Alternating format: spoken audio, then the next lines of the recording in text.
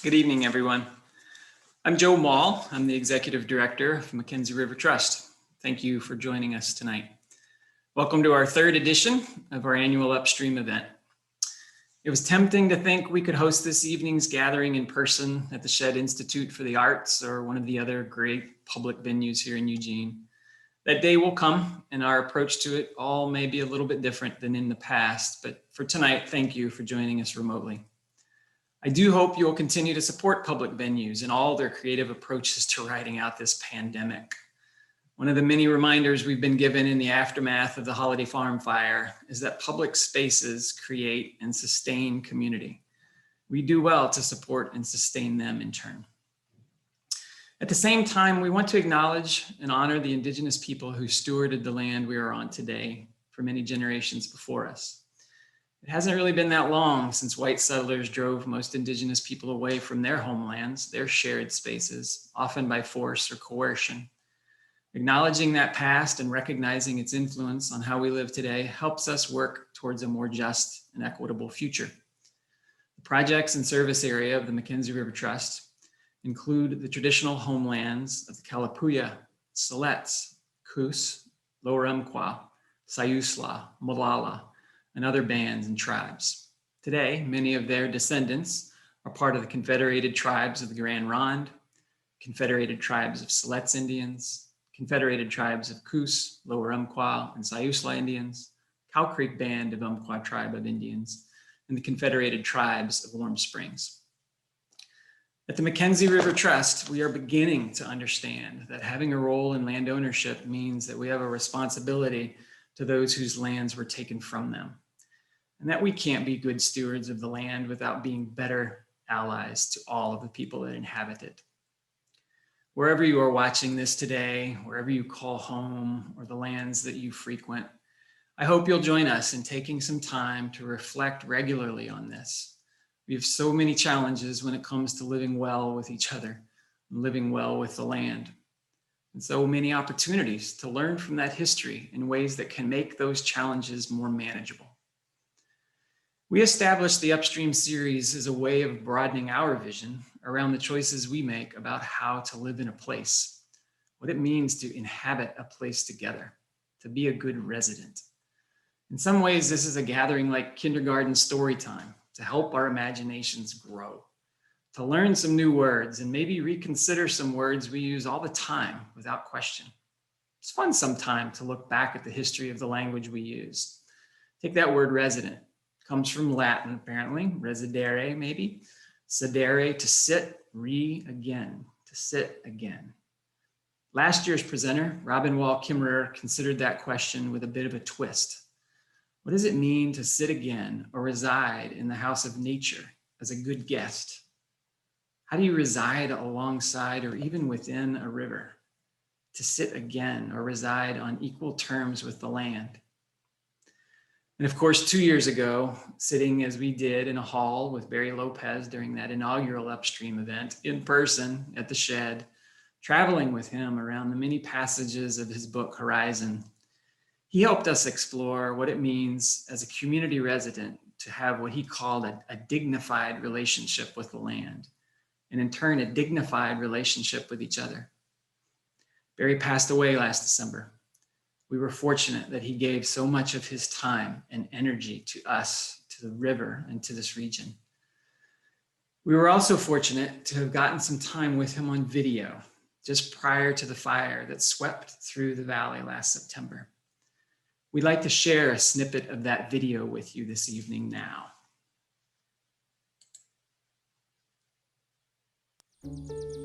This is a corner of a place where I've lived for 50 years now. And when I think about that, I understand that I've made an investment here. This is as much a part of my life as my tissues are. For many years, I have been living a kind of isolated life here. My history is to just go out in the world and try to meet people different from myself and understand the great mystery of the world through their eyes, through their senses. And then I come back here, and this has increasingly been now for 50 years my home. Everything I believe that I have written for 50 years has been driven by the integrity of this landscape, wounded though it is. When McKenzie River Trust came along, I felt for the first time I had a real colleague, someone with a high-minded respect for the non-human world, for water, and the relationship between the river, the watershed, and human beings. And everything I heard about McKenzie River Trust made me want to be a part of it. And then I got to know people, and so I'm glad to be integrated with it.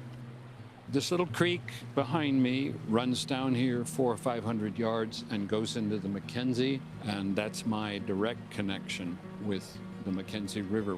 We have to take care of each other, and we have to take care of our place here together.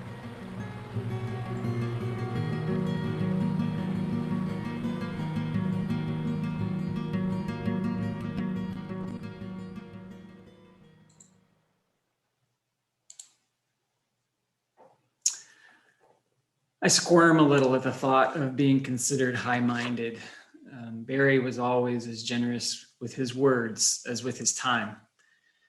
I think what he means is that he saw people associated with the McKenzie River Trust making a genuine effort to consider the river itself and the forest, and the wetlands and the otters and the beavers and the lady slippers and the moth through the window, all on equal footing, as much community members as you or I am a community member.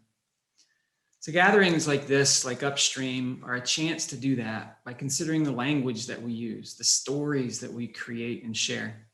So come back for a moment to that word resident. You'll see in the coming months and years some pretty dramatic changes there on that section of the McKenzie River where Barry was, that we call Finrock Reach. Not just because the fires have brought down many of those trees, but because we are initiating a restoration project that is kind of a reset for the river's floodplain. It'll be a chance to take what has become simplified over the last 100 years of highway development and gravel extraction and dam building, and give back to the river some of its lateral connections to the land there in its floodplain. Now, one of the technical terms we use for a goal for this work is increased residence time for the water in the area.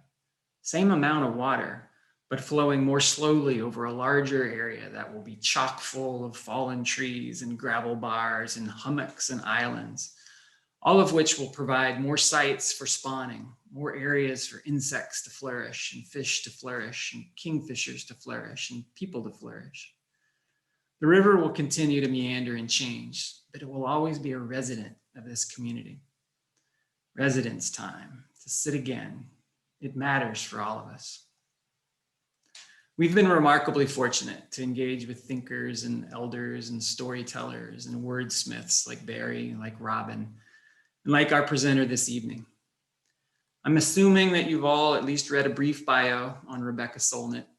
I'm hopeful that many of you have already relished her written work on everything from walking journeys in Ireland and the desert West to life as a punk rock fan to deep reflections on identity, race, gender, power, and how to reconcile honestly with history.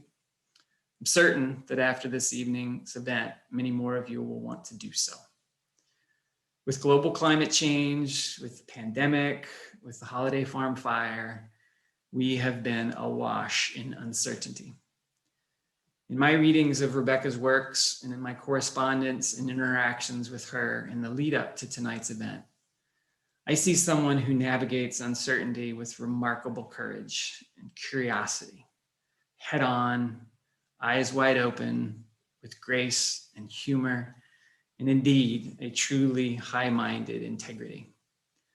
Please join me in welcoming our 2021 Upstream guest presenter, Rebecca Solnit. Hello. It is such an honor to give this lecture. It's a little bit embarrassing to be giving a lecture in relationship to a river I have yet to meet, but hope to someday. I'm so grateful to everyone who's here, to the tech support, to the river supporters. I'm going to tinker just a little bit So while I figure out what I'm doing. So Barry said something really remarkable in that video, and I was working on a talk, but when I heard that phrase, I went back and reorganized what I wanted to say. And so this is a talk that's about tributes and tributaries. I thought it was kind of wonderful. Those two words are related. And it's about integrity and wounds, because in that video we all just saw, which I got to see a few days ago, I did not just write this, he said, the integrity of this landscape, wounded though it is. And that struck me as just a remarkable statement, very clear, very powerful. It tells you that you can lose your integrity without being wounded, and you can be wounded without losing your integrity. This might be the best definition of perpetrators and victims I've heard, but it also reaches past the usual definition of victims as those to whom something bad has happened, to say, we can also be those who've nevertheless retained integrity, something of ourselves beyond what happened to us, can have strength and value and a future, can define ourselves, can hold ourselves together. I think about yesterday's verdict on the intersection of policeman Derek Chauvin and citizen George Floyd. You could describe the two men at the center of it in the way that you could describe many victims and abusers, to say that Floyd was wounded to death but kept his integrity. Chauvin had no wound but no integrity, and that was recognized in the verdict that defined him yesterday afternoon as a murderer. Or that whatever wounded his humanity damaged his integrity and humanity, which is not inevitable when something hurts us. It's often an attempt to be invulnerable to pain and injury that we destroy our own integrity and then become capable of destroying others. A lot of us lose our integrity in the scramble to avoid being wounded, to be detached, invulnerable, safe. And of course, to live is to risk and to hope is to risk. We are always taking chances if we're living. And it's death that's not living that's safe. And one of the dangers we always run in our own lives is that retreat from really living fully, from connecting, from witnessing, from loving, from fully being, from caring, to be safe. But Barry, when he said that phrase that resonated so strongly for me, was talking about the natural world, about his home landscape. And he could have been talking about almost any place on earth now. Most of these places are wounded one way or another by climate chaos and other human-made damage. Many of them still have the integrity to restore themselves given time and space and protection. And by protection, I mean sometimes all we have to do is stop wounding them. Sometimes they need more than that to heal the wounds.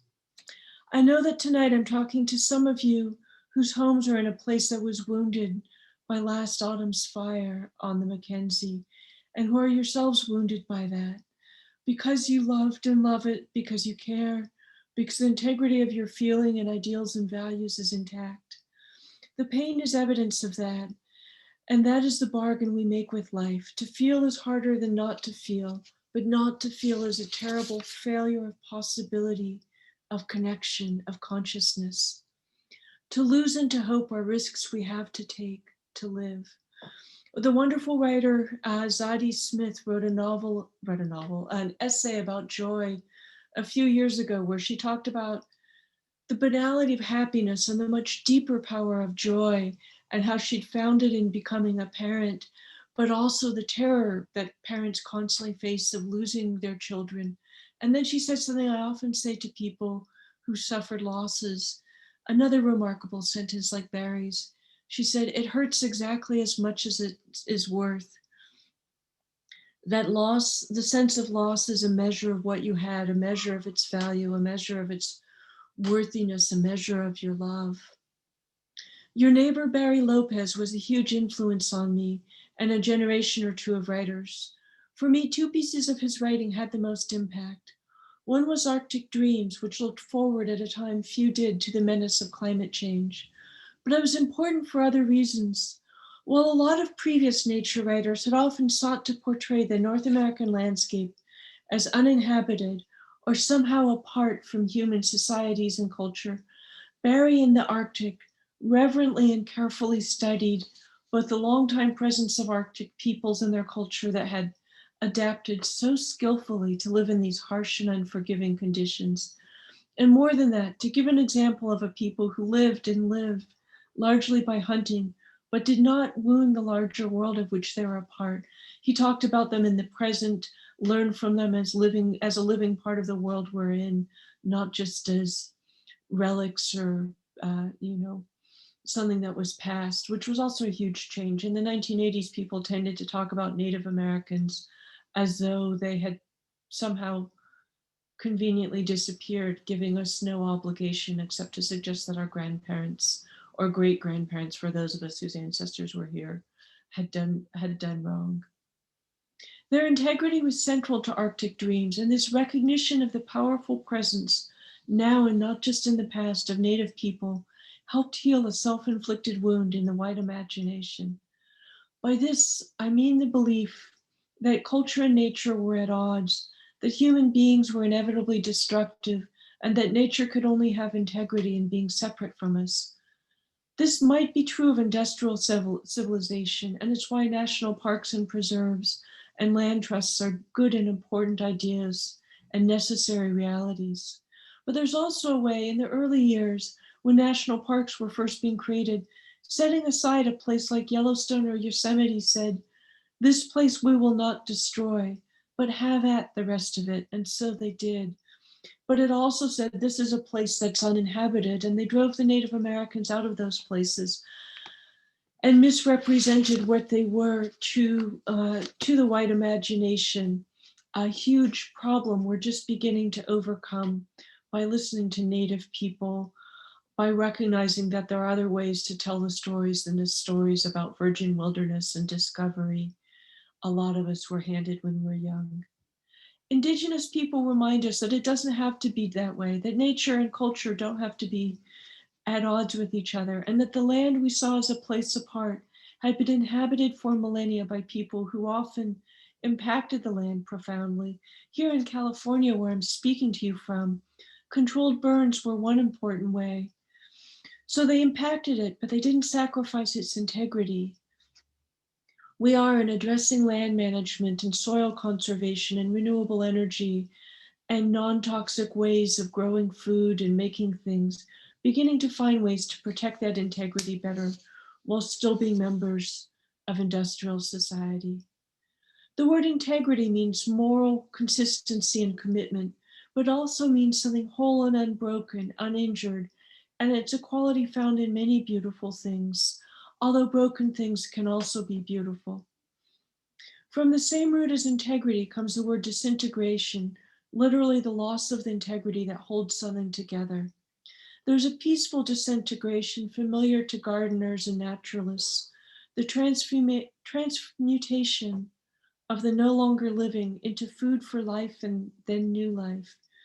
And then there's forced and violent disintegration and moral disintegration, a loss of the meaning that holds you together as a citizen and a soul.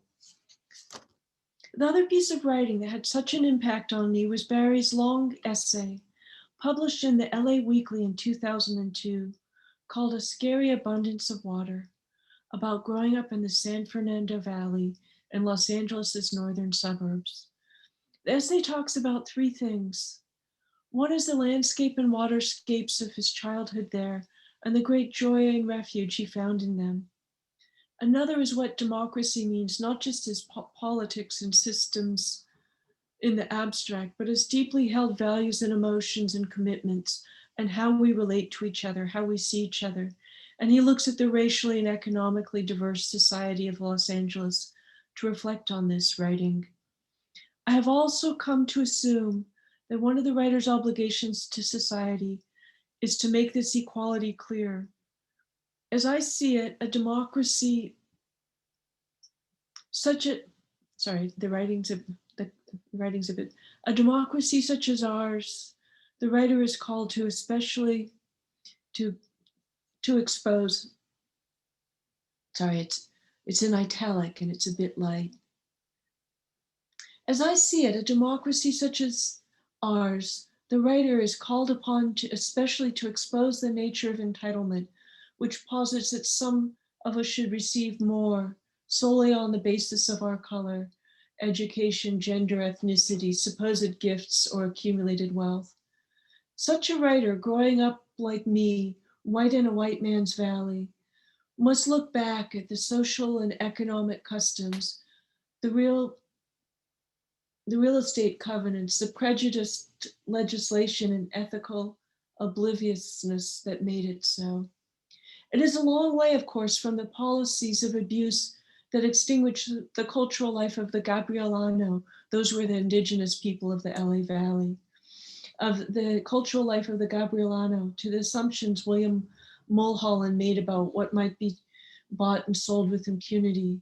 But the policies and assumptions are rooted in a similar indifference to the sanctity of complex life. And that was another phrase that really struck me, the sanctity of complex life. If you have integrity, you have to respect the integrity of other complex life. You have to violate your own integrity to become somebody who can violate others. Something as a feminist I've thought about, and others have written about, bell hooks, about the first harm that men who abuse do is to themselves, to kill off that empathic capacity so that they can then harm others and without feeling, which makes me think again about George Floyd being throttled to death. The third thread in this braided stream of an essay is about another kind of indifference to the sanctity of complex life. The fact that Barry Lopez was being raped repeatedly over a period of years by an alcoholic older man posing as a doctor, who was a friend of his single mother's and who took advantage of other sons of single mothers. Barry was, of course, deeply wounded by this violation, this violence and trauma.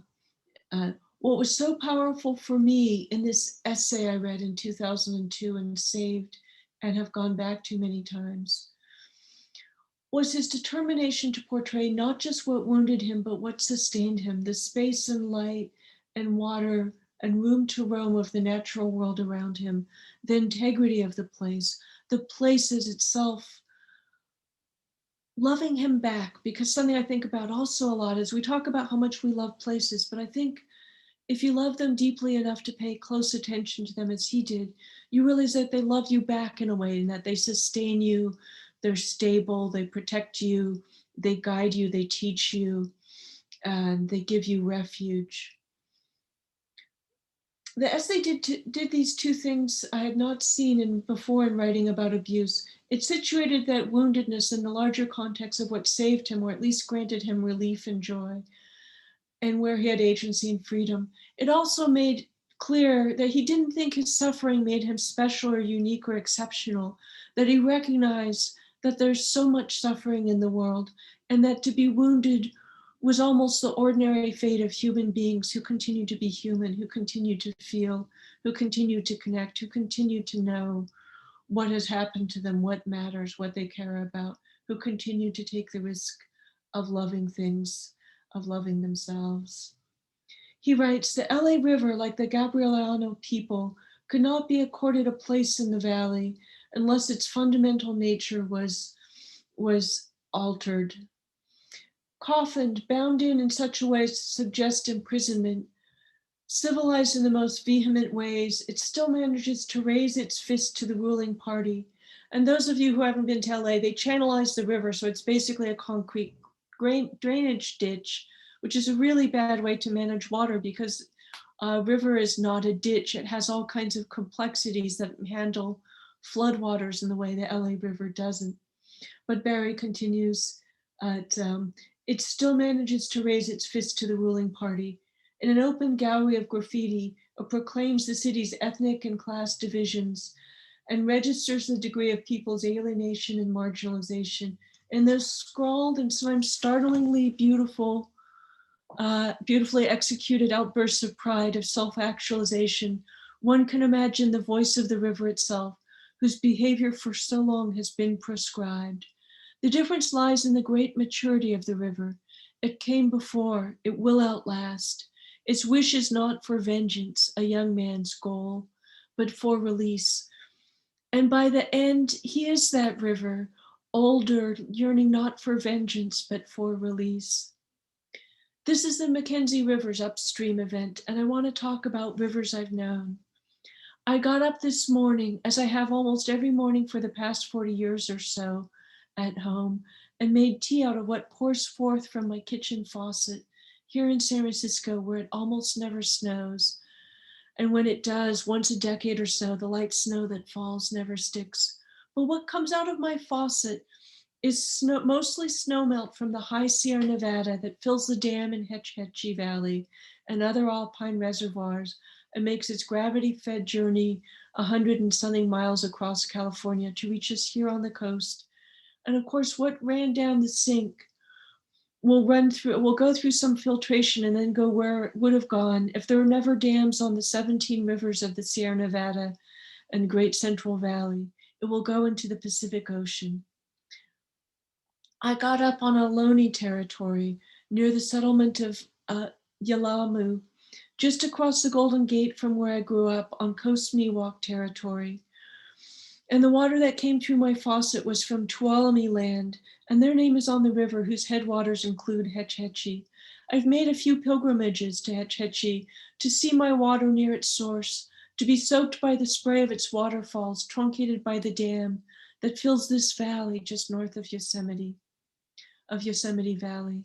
I have a Japanese ink painting of Yosemite Falls over the kitchen sink to remind me of this. Of course, that's a tributary of the Merced River, one watershed to the south, and it doesn't go into our pipes here, but some of it might have gone into irrigating something you ate recently, or perhaps it went into the San Joaquin that joins with the Sacramento River and the great archipelago-like Sacramento Delta as they flow into San Francisco Bay. Great salmon rivers like the McKenzie, whose annual salmon return Barry spoke to me many times about in ways that make me want to come and see it. Perhaps this year I finally will. Every river is a confluence, of course, a place where waters come together. And if you go upstream, you find the tributaries of the tributaries of the tributaries, often, and the place where springs or snowmelt or glaciers or rain feed even the rivers that flow deep down into hot and dry lands. I've walked across the Tibetan Plateau in Dolpo in Western Nepal, where the icy little streams flowing across the dry lands more than 10,000 feet above sea level feed the tributaries of one of the long tributaries of the Ganges, that long sacred river that flows across India and comes out in Bangladesh. Bangladesh is a low, hot country faced with catastrophic sea level rise, a place utterly unlike where the tributaries of the tributaries of the Ganges that I met began. Or perhaps they feed the tributaries of the tributaries of the tributaries. How do you measure the length of a river when the river is not, as it is almost always represented, a line, a linearity, but a convergence, like twigs coming together on branches that come together on a trunk and then perhaps spread apart again as the roots that reach out deep into the soil, possibly exchanging water and nutrients and messages with other fungi, connecting them to other trees, making a forest a living community, not just a bunch of individual trees.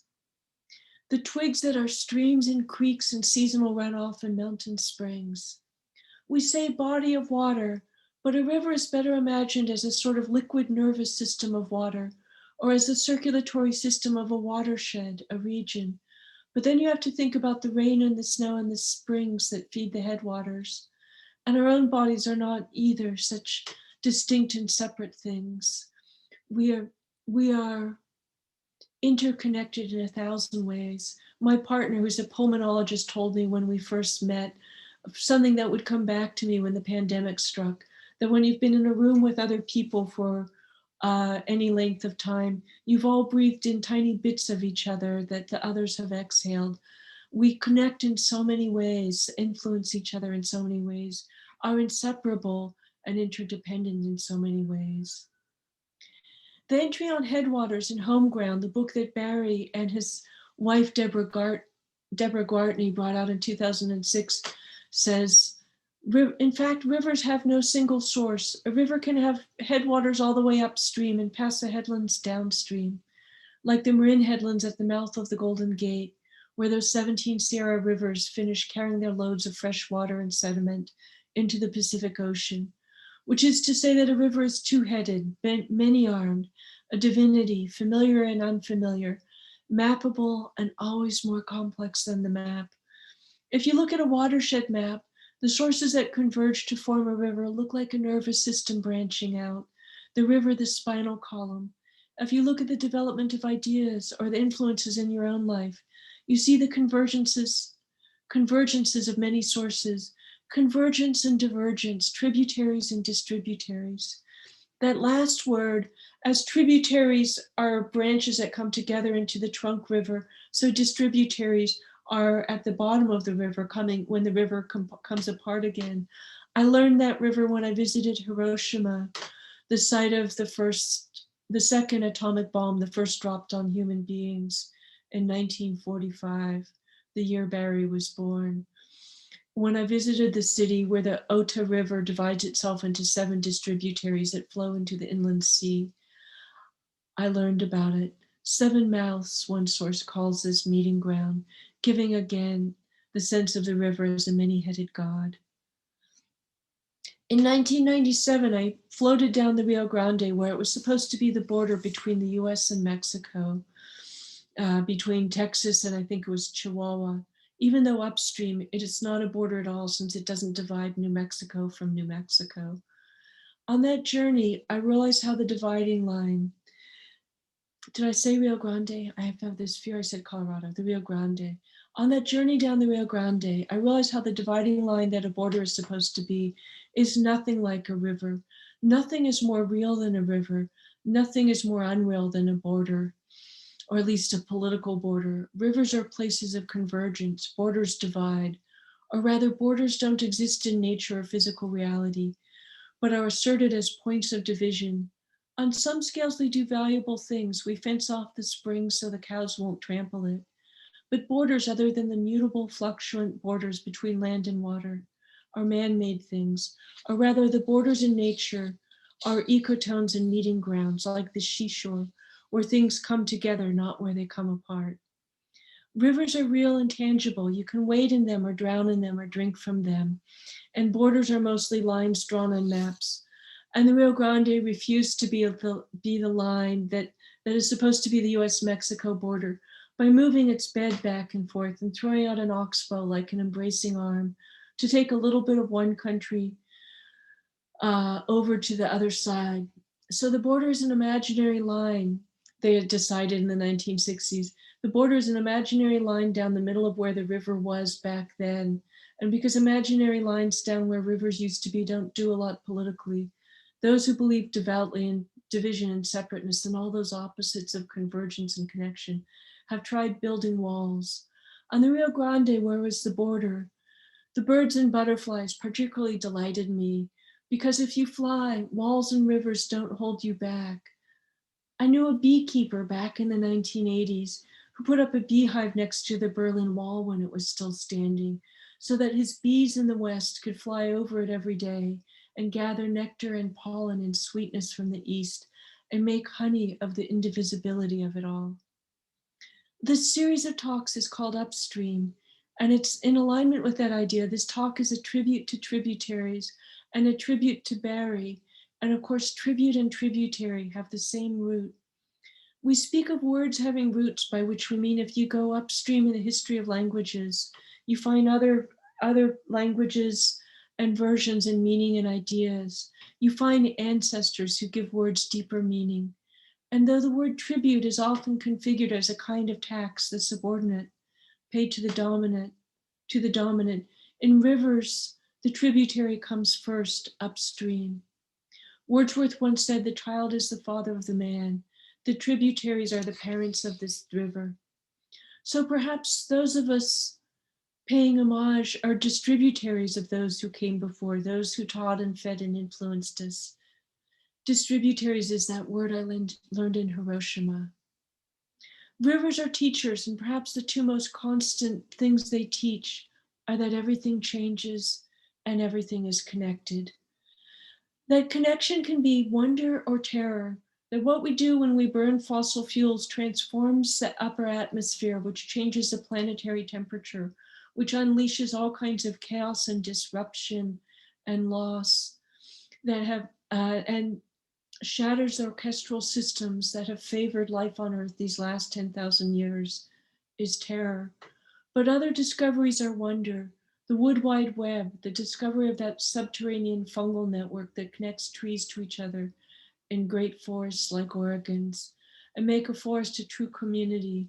The beautiful dances of pollinators and flowering plants, of predators and prey in the natural world, of what those plants nourish beyond themselves as it's evolved over the past 100 million years or so.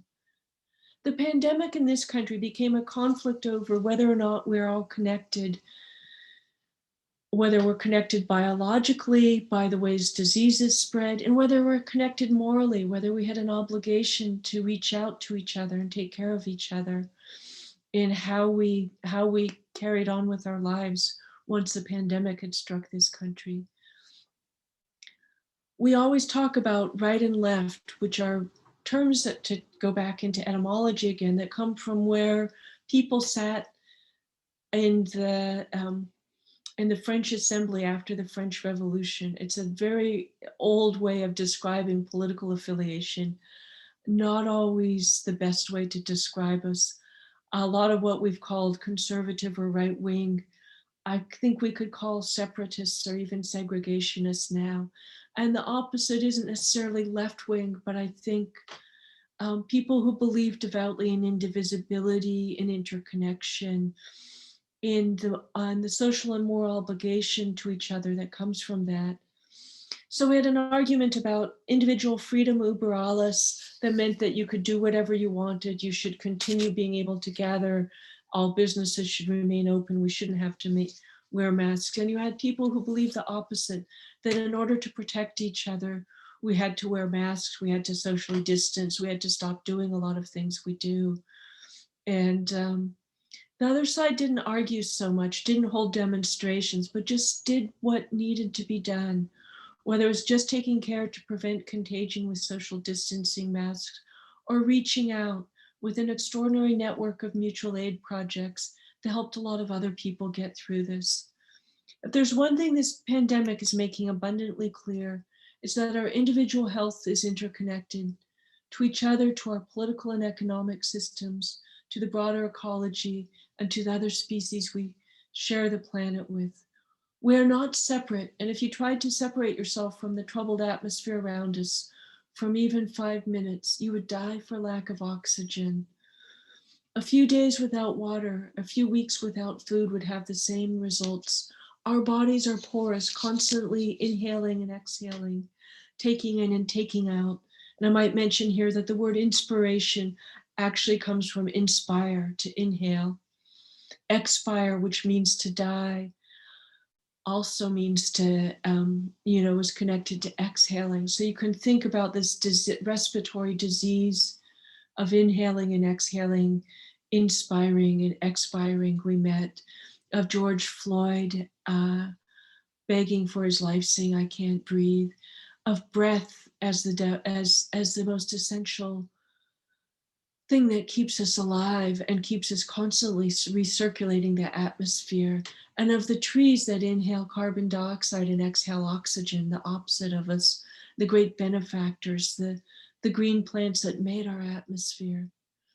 My friend Sonara Taylor, who's disabled and a disability scholar, now an incoming professor at UC Berkeley, and a dear friend, wrote last year, "The pandemic, after all, has made disturbingly visible that we're only as healthy as our society's support systems. At the same time, the pandemic reveals that our bodies function more like sponges than fortresses. And a variety of visualizations, we see our bodies extending beyond their usual bounds. Graphics of our coughs, sneezes, and even breath show how far beyond our own skin our bodies reach. The 6-foot rule of social distancing, a daily acknowledgement that our bodies not only leak and ooze, but that they absorb the conditions of others.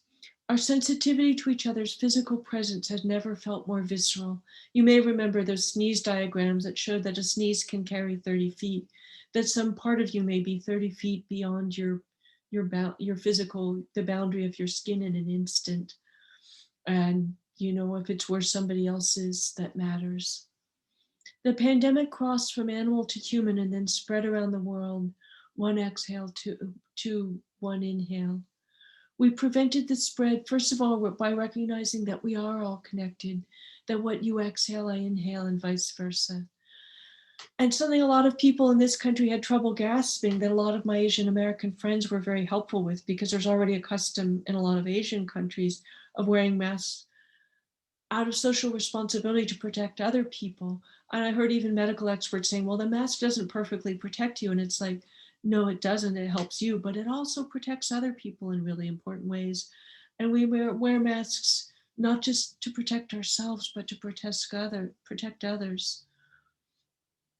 These ideas of how things are interconnected are offensive to conservatives, who we could just call separatists or segregationists. And not just around borders. 5 years ago, I wrote about this in an essay called The Ideology of Isolation, and I want to read a little bit of it. It goes, if you boil the strange soup of contemporary right-wing ideology down to a sort of bouillon cube, you find the idea that things are not connected to other things, that people are not connected to other people, and that they are better off unconnected. The core values are individual freedom and individual responsibility, yourself for yourself, on your own. Out of this glorious disconnect comes all sorts of illogical thinking. Taken to its conclusion, this worldview dictates that even facts are freestanding items in a free market that the self-made man can manufacture or purchase for use as he sees fit. This is the modern ideology we call conservative, though it's really a sort of loopy radical libertarianism that inverts some of the milder propositions of earlier conservative thinkers. The modern right may wish that every man was an island, entire of himself, but no one is wholly independent. You take air into your lungs. You probably didn't produce most of the goods and food and services you depend upon to live. Your gut is full of microorganisms without which you could not digest all the plants and animals likely grown by other people which you devour to survive. I believe 90% of the DNA in your body is not human. It's these bacteria and other organisms that we need to digest and to nourish and to live. We are nodes on intricate systems, synapses snapping on a great collective brain. We're in it together for better or worse. This is counter to what Margaret Thatcher famously said, that there's no such thing as society. There is, and we're inside it. Beyond that, beneath it and above it and around it and within it and us and before it, there is such a thing as ecology. There's systems within which our society exists and with which it often clashes.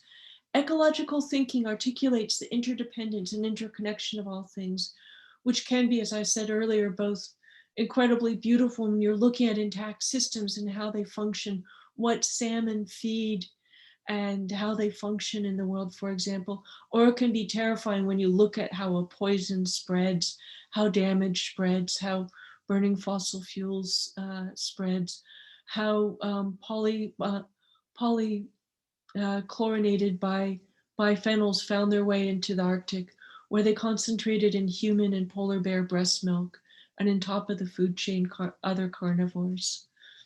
This traditional worldview could be seen as mystical or spiritual, but the accuracy of its description of natural systems within what we now call the biosphere is born out of modern science.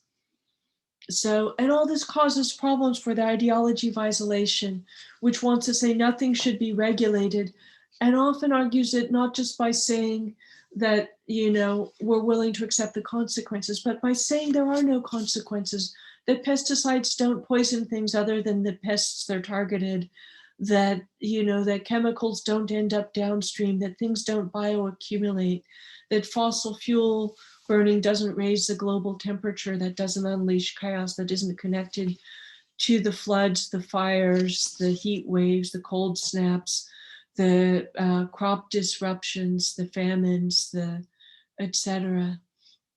And so no problem more clearly demonstrates this folly of individualist thinking or more clearly calls for a systemic response than climate change. The ideologues of isolation are doubly challenged by this fact. They reject the proposed solutions to climate change because they bristle at the need for limits on production and consumption, for regulation, for cooperation between industry and government, and for international partnership. On a more fundamental level, the very idea of climate change is offensive to isolationists because it tells us more powerfully and urgently than anything ever has that everything is connected, that nothing exists in isolation. What comes out of your tailpipe or your smokestack or your leaky fracking site contributes to the changing mix of the atmosphere, where increasing quantities of carbon dioxide and other greenhouse gases cause the earth to retain more of the heat that comes from the sun, which doesn't result in what we used to call global warming, but climate chaos. As the facts of climate change have become more and more difficult to deny, the ideologues of isolation deny instead our responsibility for the problem and the possibility that we're capable of acting collectively to do anything about it. What keeps the ideology of isolation is going to extremes. And in the end, it ends up with the free market idea that you can have any truth or fact or science that you want, or you can throw out anything you don't want. That ideas are just another free market product that you can consume or refuse to consume, a kind of absolute relativism that's ultimately a kind of nihilism that's killing the planet. But there's another kind of disintegration, the loss of connection between things, the linkages, connection systems that make it a whole, or rather and that's the disintegration of the recognition of this integrity, of these interconnections that oblige us to pay attention to one another, to care for one another. In this situation, it's not that you're disintegrating physically, but that your perception has disintegrated, perceives the world as disintegrated, as a bunch of alienated objects that don't have impact on each other, that don't exist in relationship to each other. It's a kind of sad, dead vision of the world. It's the old Cartesian vision that we've recovered with traditional and indigenous knowledge, with more precise science that describes the natural world to us better, that helps us recognize the interdependence, complexity, and deep beauty of that complexity of systems. And but the ideology of isolation can't see that the river of refugees flowing north across the artificial border is in part because of what one journalist recently called the river of guns flowing south, of unregulated guns in this country, 2 million of which have found their way in recent years to Mexico and Central America and become the weapons that gangs use to terrorize the people who flee for this country, seeking refuge where the guns came from. Deny the river of guns going south or the role of climate change perpetrated by the global north in disrupting the ability of these subtropical and tropical farmers to make a living in these places. And the refugees become perpetrators rather than victims, or the whole becomes incomprehensible. You deny facts and truths and you cease to see the interconnectedness, the coherence, the networks, the systems. You can choose not to know because you think it saddles you with responsibilities you don't want. But I believe that it gives more than it takes. It gives you a coherence, a vision of beauty, a sense of relatedness, of connection. It gives you an integrity in who you are and how you live in the world. And it gives you the capacity to perceive and value that integrity beyond yourself. This can become painful when some part of what you're connected to is harmed. But to feel nothing is a worse kind of damage. It goes back to what Barry meant about integrity versus wound. It's a damage that's a loss of integrity in quest of seeking to avoid being wounded. And it leads to causing more damage. I learned something really remarkable many years ago, that what causes a lot of the injury for people who have leprosy is not the disease itself, but the disease kills your nerves. And it's very hard to take care of what you can't feel. When you cease to have feeling in your fingers or hands and in your toes or feet, It's easy to get to burn your hands picking up something hot or holding a cigarette, lighting or putting out a fire. It's easy to walk holes into your feet and not to notice the infections that result. And that's actually what causes injury. A huge percentage of the injury in people who have this disease. And when I learned that, it became such a powerful metaphor for me. What we don't feel, we can't take care of. When we withdraw from feeling for something, feeling for the earth, feeling for our neighbors, feeling for the refugees, feeling for Black victims of police violence, feeling for children who've been abused, losing feeling so much that we can abuse or kill or harm. Something, it's because we've deadened something in ourselves, and we become unable to feel, and which is a form of death, often pursued, I think, in the desire to avoid the pain that comes with really living. The word empathy originally means feeling into, and to empathize is to reach out, to connect, to meet the world through the labyrinths of the senses, to enter into, we say, as we enter into somebody's story, as though another person's life was also a place we could travel to. Kindness, compassion, generosity are often talked about as though they're purely emotional virtues. But I think it's really important that they're also imaginative ones. You see someone get hurt, or maybe they're injured, or maybe they're just very tired, and you feel for them. You imagine what they feel, what it's like to be them. Or you just imagine what it's like to be somebody different than you, somebody who faces different challenges and dangers than you do, what it's like to be hungry, what it's like to be homeless, what it's like to be very old, or the frustrations of a 2-year-old who's clearly thinking hard but can't communicate yet. You work harder and study them to imagine even things you don't witness, things that happen to people on the other side of the world. But it always begins by paying attention. And so much of our job as writers is to ask people, invite people, help people pay attention, or to pay attention to the way other people pay attention, and to just become a kind of amplifier for what others are doing, saying, feeling, thinking. This identification is almost instinctual in many instances. Even some animals do it. Even animals have a kind of empathy. Babies cry in sympathy with each other. If you drop something, or a toddler will often pick it up and hand it back to you, wanting you not to lose it, not to experience loss. Empathy means that you travel out of yourself a little or expand. I talked about the sneeze that carries 30 feet, and that can be dangerous, but there's a kind of imaginative reaching out that where we also extend beyond our bodies, where we feel pain that's not in our own bodies, where we feel for people in this way. It's really our listening to or recognizing another that continues the imaginative leap that is the birth of empathy, a word coined by a psychologist interested in the visual arts. The world is only slightly more than a century old, though the words sympathy, kindness, pity, compassion, follow feeling, and others covered the same general territory before it was coined in 1909.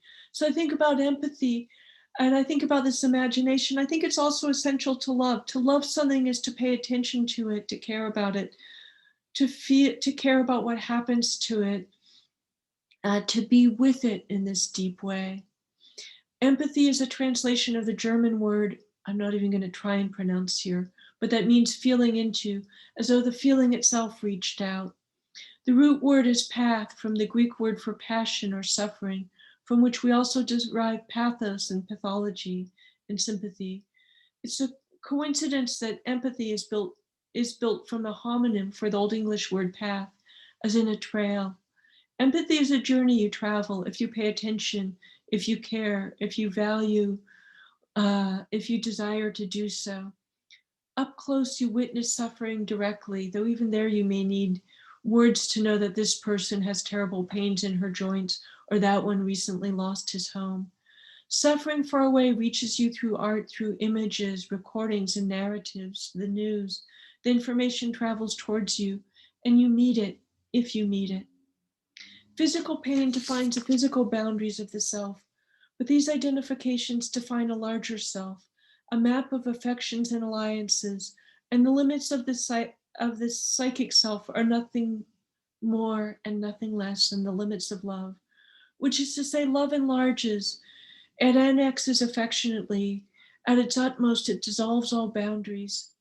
Those who suffered are considered to be far worse than those who don't, but those who suffer can care for themselves.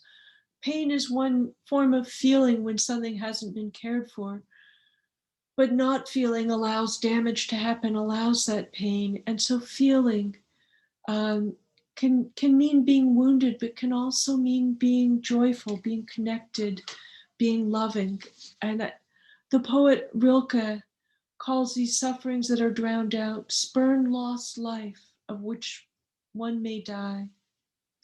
If the boundaries of the self are defined by what we feel, then those who cannot feel even for themselves shrink within their boundaries, while those who feel for others are enlarged, and those who feel compassion for all beings become boundless.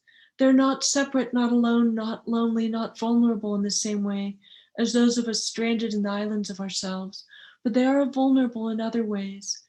Still, that sense of the dangers of feeling for others is so compelling that many withdraw and develop elaborate stories to justify withdrawal and then forget that they have shrunk. Most of us do that one way or another, but most of us also reach out one way or another in what we love and what we pay attention to and what we take care of and what we care about. We do that first of all for the people closest to us. Most of us do it one way or another as what we do for a living. Some of us are lucky to do it in really magical and meaningful ways for a living, as teachers, as medical caregivers, as tenders of rivers and landscapes and forests. And of course, we're gathered here tonight to be called upon to tend to care about, to imagine, to love a watershed, a river system, a piece of the natural world that takes care of us in the way the natural world always has, to recognize it, to recognize how it matters, and how worthwhile this paying attention and caring is, how it's what we were brought here on earth to do, how doing it runs the risk of being wounded, of loss, of pain, because so much is being damaged and wounded in the world nowadays.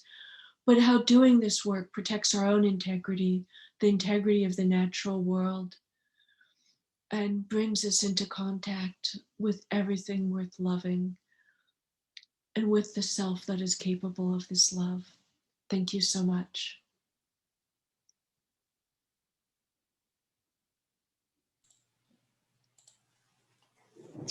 Oh my God, I ended exactly on time. Sacre bleu. Thank you, Rebecca.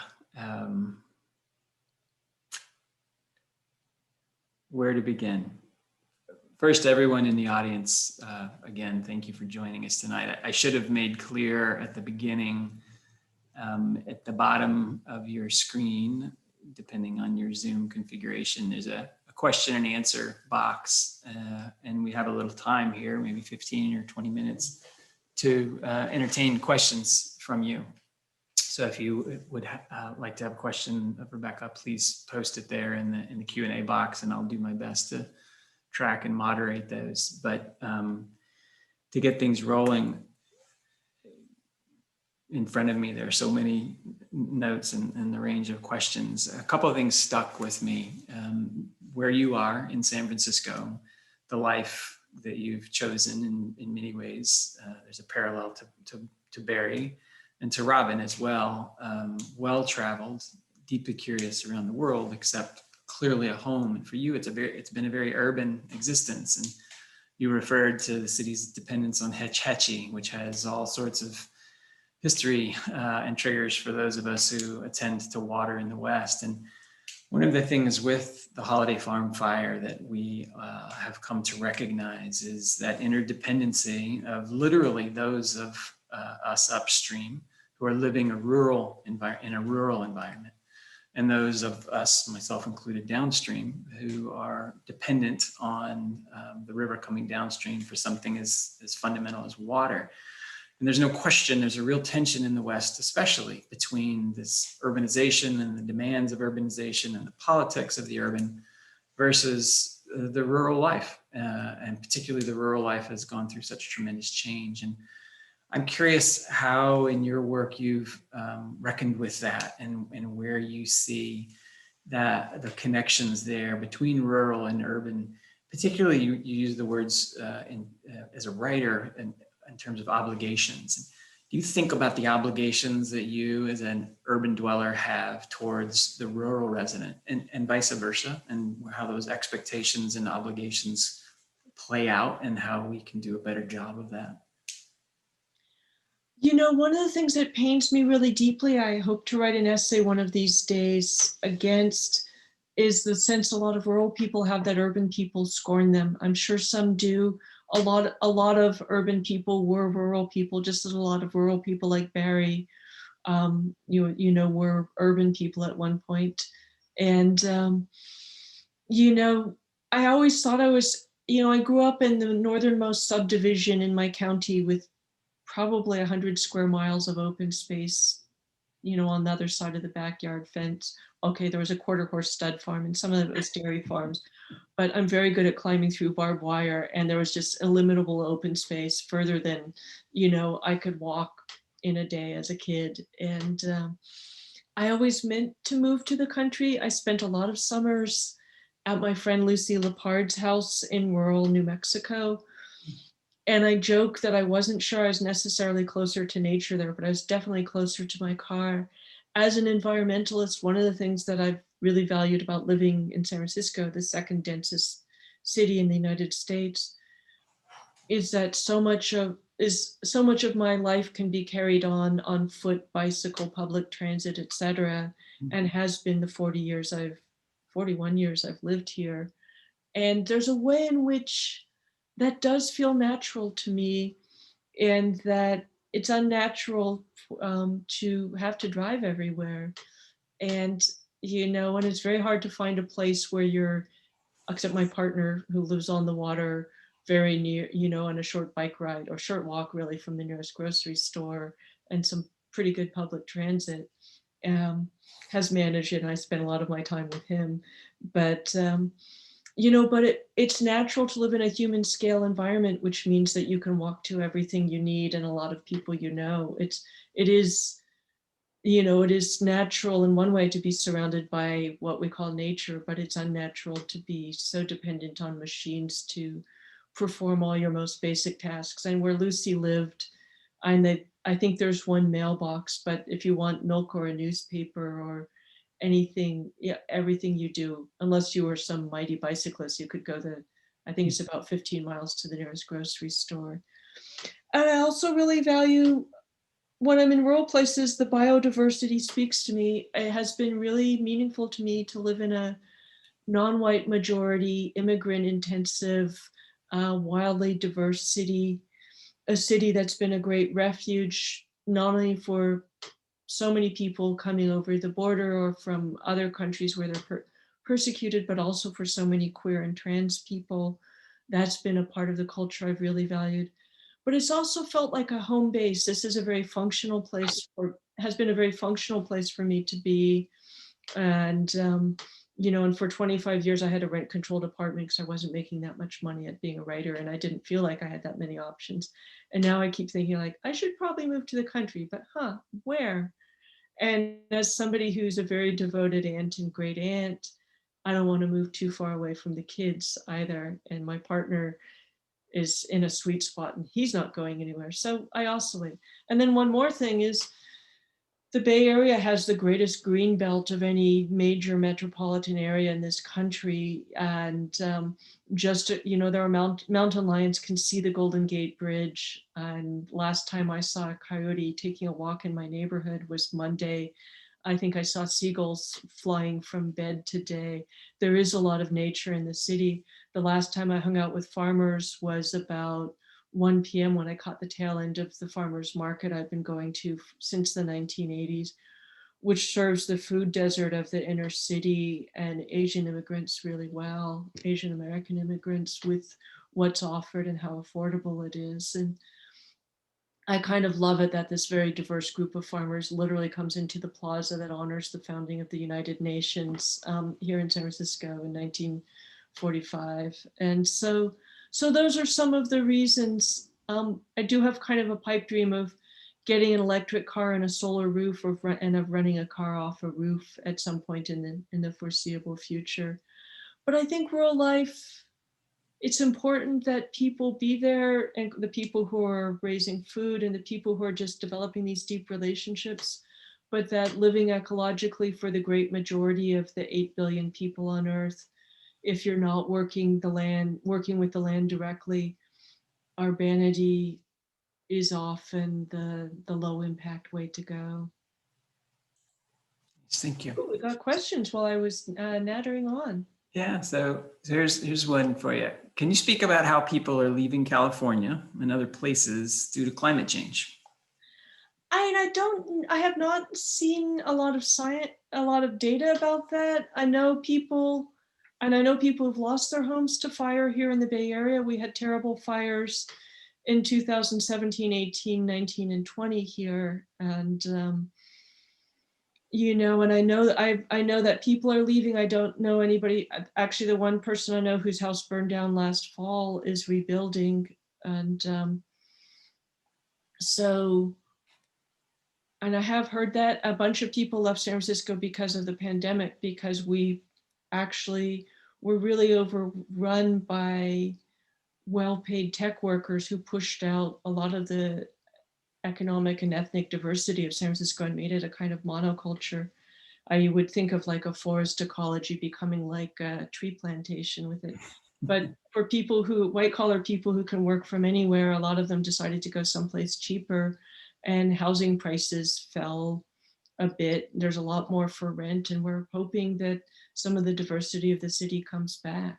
And I worry a little bit about the pandemic, meaning that people don't want to live in cities if it means more driving and higher consumption levels. But we'll see how it all shakes out. And and I have to say, in San Francisco, people used to say, maybe when we have the next big earthquake, that'll thin out the newcomers or something. People feel really, I grew up with Don't Californicate Oregon. I know there's other versions of this, but San Francisco itself had so many affluent people come in, and it got so gentrified, and so many people were pushed out, and our infamous homeless problem is so directly related to the tech boom. And it's been hard. I've also been really proud of being from San Francisco and the Bay Area, land of, the Sierra Club and Harvey Milk and all these great poets and Sly and the Family Stone. Mm-hmm. And suddenly to have it be the land of Google and Facebook and Twitter, and stuff has been, well, it's not what it used to be. Yeah. So related to disaster, someone's asking, statement, it's common to want to rebuild after a disaster. Of course, I want my neighbors to stay my neighbors, and I want them to be happy. But how do we figure out when we are living in a future disaster zone? How do we go about raising these questions in a compassionate but ecologically wise way? What even are the right questions to ask? And I bet you and a lot of other people could answer that better than me. But something that's been really fascinating for 20 years is insurance companies. Insurance companies are not political in the sense that they just want real data. If they're losing a lot of money because things are burning down because of climate change, and they're very interested in climate change, and there are a lot of places where you can no longer get insurance, or insurance is a lot more expensive. I have friends in Truckee who have been like people who can't afford health insurance, who get put into a high risk pool. They're in a high risk insurance group for their house in the pine trees in the high Sierra. Mm-hmm. And I know that there's already resettlement, including of indigenous people, in the fastest eroding area on earth, which is the Louisiana Gulf Coast, eroding a little bit because of sea level rise, but much more because the Mississippi is channelized and not sending the sediment that rebuilds down. And because the oil and gas industry has cut through the incredibly delicate tissue of the Gulf Coast, which is like your liver or your lungs, it just can't, you cut a channel through, and the water just the tidal water just comes back and forth like a saw and makes it bigger and bigger. And so it's already happening that people are having to relocate, are told that they can't get insurance, etc. And I think it's also going to be interesting. I had a funny thing looking at real estate, just in case I decide to move to the country. And there was this very weird real estate ad for a lot. And I realized, like, oh, this is a place where a house burned down and they're trying not to say it. But,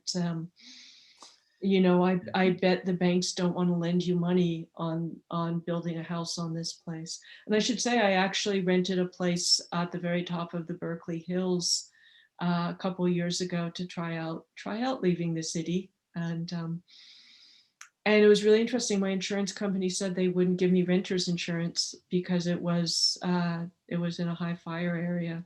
And so I think that insurance companies, who should not necessarily be making our policy, but who are actually pretty smart about this, are doing some of it. And I think also we're going to have to decide, when does the federal government support people rebuilding, and when does it just say you can't rebuild here, this is a floodplain, or the sea level is going to rise here, or this area is going to burn again. And I think, actually, going back to questions of density, we may start just saying, we weren't meant to build permanent housing in some of these places.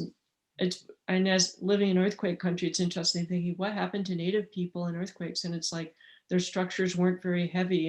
If they fell down, nobody got hurt. And it wasn't that hard to build another one. If they burned in wildfires, it was also not that hard to build again. People's culture was largely in their heads and not in their stuff. But I think we're going to have to rethink it in some places, and as well as learning how to build wisely. My friend Mike Davis wrote an essay with a very polemical title, "The Case for Letting Malibu Burn," about the very flammable and very affluent community of Malibu, which at the time he wrote it was trying to prevent the fire department from clearing chaparral and underbrush because they thought it was pretty. This was way back in the 80s, early 90s, before we all learned a lot more about wildfire in California and the West. And so, I think that there's a lot of reckoning about what we can do. We're also going to lose a huge amount of seacoast property, which in a lot of places means poor people and subsistence life. But in the United States often means a lot of vacation and wealthy homes. Yeah, there's a somewhat related question. Do you have thoughts about how to cultivate care and being open to feelings and realizing that connection in those folks, some of whom you described, who identify more with individualism and isolation? Again, how do we cultivate that? There's a Buddhist answer, since Buddhism is about compassion for all beings, and partly through recognizing the interconnectedness and inseparability of all things. But I think we can also look at very specific ideologies, namely racism, homophobia, transphobia, misogyny, that inculcate the desire and entitlement to harm other people and the lack of empathy for them.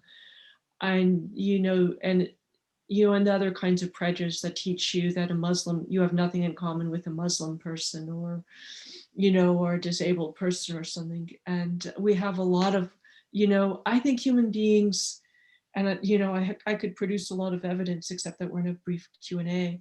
I think human beings are basically empathic, collaborative, communal animals left to our own devices. I wrote a book called A Paradise Built in Hell about disasters, where you see almost everybody, whatever their political ideology, that's like, it's like the power went off and then there's the reset. They reset to take care of each other, to be brave and altruistic and improvisational and creative in doing what the moment needs. It takes a lot of work to make people selfish, to make people homicidal, to make people alienated like that. And I think some of it is consumer culture, and some of it is the many ideologies of isolation, that white people have nothing in common with Black or Indigenous or Latino people, that women are essentially trophies and prey for men to pounce upon, and violating us or making us feel terrible is a kind of victory of masculinity. So in a way, just stopping do all that is part of it. And then I think the natural world raises different questions. The more time you spend in it, the more you understand and love it. And it's weird and I grew up as a free range kid who, as long as I more or less showed up around dinner time, could go anywhere and do anything. And I snuck out after dinner and rode other people's ponies without a saddle or bridle and stuff. And it was pretty ideal.